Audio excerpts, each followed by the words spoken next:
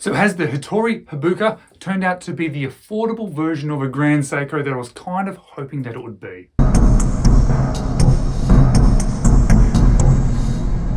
Hello, you're watching James. My name's James, you're watching me, and I'm talking about watches. And to be honest, I'm talking about a watch that I bought because it felt a little bit like an affordable version of a Grand Seiko. This is, of course, is not a Grand Seiko, it's far from it, but it has a sort of a little bit of a look to it, a bit of a feel to it, the sort of size and dimensions, and an interesting dial that sort of reminded me of a Grand Seiko. At the moment, I'm not in the price bracket to buy myself a Grand Seiko, so I'm always on the lookout for watches that perhaps might fill that void for me. At least give me an affordable version of a watch which has that same sort of maybe feel to it. Yes, perhaps maybe on a much more smaller budget, but something that sort of fills that gap for me.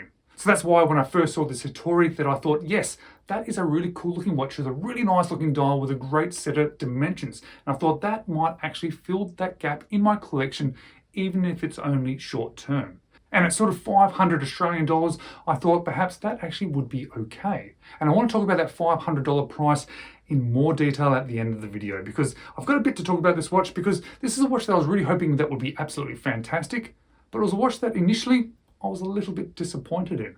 There was a few things about it that didn't really capture my attention, and I actually felt some disappointment. And it's actually fairly rare that I feel disappointed about a watch. Generally, when I buy watches, I put a lot of research into them, and when they arrive, even if they're not perfect, I don't generally feel disappointed. But this one, I felt a little bit disappointed. But let's flip the camera around now, and let me show you what I think is good about this watch, what perhaps is what has been disappointing me, and sort of share with you my experiences about it whilst it's been on wrist. Let's check it out.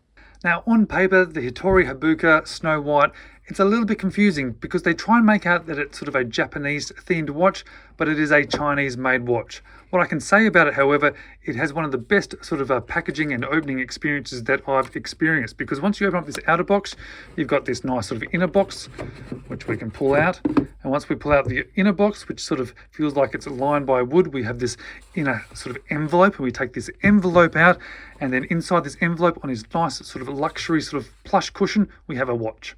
Now, I bought this watch for the looks of it, but it is also a watch that's powered by an NH35 Seiko, 39mm case diameter, it's a frost white dial, sapphire crystal, and 100 meters of water resistance. But as we look closer at the dial, that snow white dial, to me, has a slightly plastic look to it. Now, for me, molded dials for me can be amazing or can feel a little bit cheap. This one at a distance looks fantastic, but up close, I feel that it looks a little bit like molded plastic, which I know it is, but that's sort of how it looks. It does then sort of bring back a few positives by when you look at the hands and those indices. They are all polished, those hands, all polished, those indices. They are applied, and they're actually done really well, and they look really nice. These very sort of almost dolphin style hands. And then there's the sort of blue second hand, which I think really gives it a really cool element, especially against that white dial and those silver hands. Also applied on there, we've got that logo. We also have a date frame around that date at the 3 o'clock. The date is white, so then it matches in with the dial, but we have a nice polished frame there. We've got a minute tracker around the outside, Habuka and automatic. Now, automatic and Habuka look like they're possibly blue, but possibly black. It's a little bit hard to tell. I'll do a zoom in shot here to give you a bit better of a look at this. But then we have something when we sort of zoom out a bit to look at the size of this watch, we get some nice dimensions, and it is actually one of the features of this watch, it feeling nice on wrist because of the dimensions. Now, before we even talk about the dimensions of the overall watch, I just want to look at the dimensions of the dial itself, because the dial is 27mm across, but then we have quite a thick fixed bezel, and then the case actually sticks out a little bit. So to me, it looks a little bit funny. It looks like there's a lot of case and a slightly small dial, which is a little bit disappointing. But the dimensions of the watch are actually really good. We have a case diameter of 39mm, a width of 11.5mm, a lug to lug of 45.7mm, a lug width of 20mm, and sized for my 17cm wrist, it is 139 grams. Now, this watch has no lume whatsoever, and not probably a lot of AR coating either, but it does have a nice piece of flat sapphire crystal, And so I don't forget, the back is a see-through case back, and that is also sapphire crystal, which is quite nice. I've no doubt I'll forget to mention that later, so I'm mentioning it now. But let's look at the case, because even though it sort of stands out a bit big from the dial itself, it is actually well presented. Got a polished solid bezel there, drops down to a brushed tops of those lugs.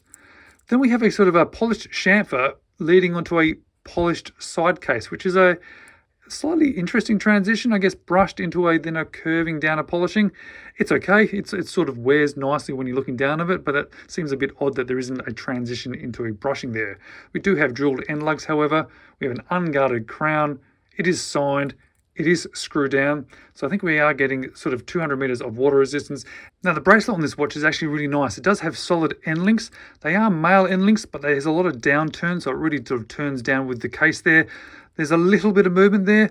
The base there doesn't move much, but the top has a little bit of movement. We have those drilled end lugs, so we can remove it if we want to. All brushed. There is a bit of taper as well, which is nice. Has a nice feel to it as well. There's a really sort of a good feel to it. And we have screw links, which is nice. And even though I like the bracelet, I don't really like the clasp. Firstly, I think it's too big for the watch. It does, however, have heaps of micro adjusts, so you are going to get a good fit. But it doesn't really have a good feel to it. It feels a little bit sharp. Doesn't feel like it clicks down particularly nicely. But it is, however, all milled, so the quality of it is okay. It just doesn't feel quite right for the watch, and it feels a little bit unfinished. But when you look past that milled clasp, you'll see that bright blue rotor, which I think looks quite cool through that see-through case back. But one of the biggest redeeming features for this watch is the on-wrist experience, because it fits and feels really nice on wrist. Everything that I probably don't like about it, or that sort of stood out to me a bit a moment ago, suddenly sort of dissolves away, and it is just a nice watch on wrist. Now, it has been a watch that I've struggled to put on when I've been owning it. I've been sort of looking at it, but then picking other watches. But then when I forced myself to put this one on wrist, on a 17 centimeter wrist, I've then actually really enjoyed the feeling. Looking down, I think it looks okay. Do feel that the case is a little bit big, however, but it just feels nice on wrist. So what do I like about this one? What don't I like about it? And what would I change? Well, this is an interesting one because there's quite a few things I like, quite a few things I don't like, and quite a lot of things I would change. Firstly, I do like the on-wrist experience and the size of the case. It's really nice on wrist. The bracelet is nice. It does taper down nicely. I like the blue accent, the blue rotor. The overall quality of the watch feels reasonably good, but I don't like the dial sort of feel. It kind of does feel a little bit too plastic. The dial also feels a little bit small compared to the case. I really don't like the clasp whatsoever. I think that's a bit of a feature which really disappoints me. I think the chamfered edge here, that polished chamfered, going to a polished side feels a little bit odd as well. So what would I change? Well, quite a few things. I would like a better dial on it. I would like that dial to fit into the watch a little bit better. I'd like a different clasp on it. And yes, then it would make it a very different watch. But with all those sort of things that I like and dislike, now what do I think about the price of this watch? Well, let's get back to me to speak more about price.